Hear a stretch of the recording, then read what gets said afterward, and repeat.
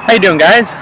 This is your teacher, Mr. B, Mr. Bejor, and I just want to introduce you and welcome you to the environmental science class. So I just want to go through a couple things. You can always read the text that's in this blog post, but I'm sure you're more likely to click a video. So first things first.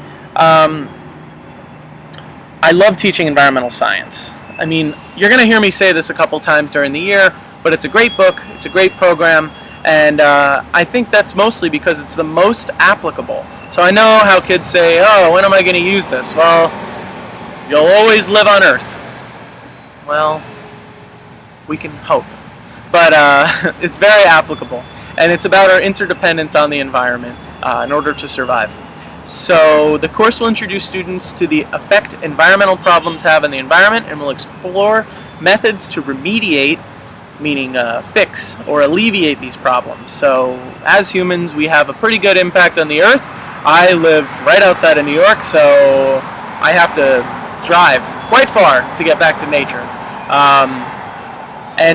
This class is inquiry-based. So inquiry-based means mostly we're going to be asking questions and then working through those questions.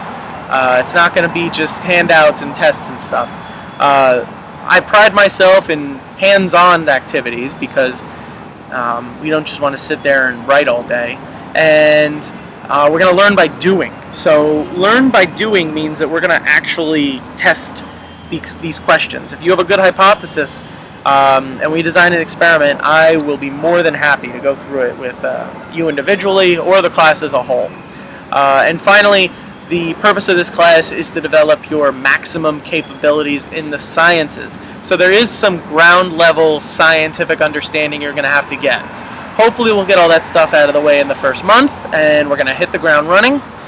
Welcome again, and I'm really glad that you decided to take environmental science.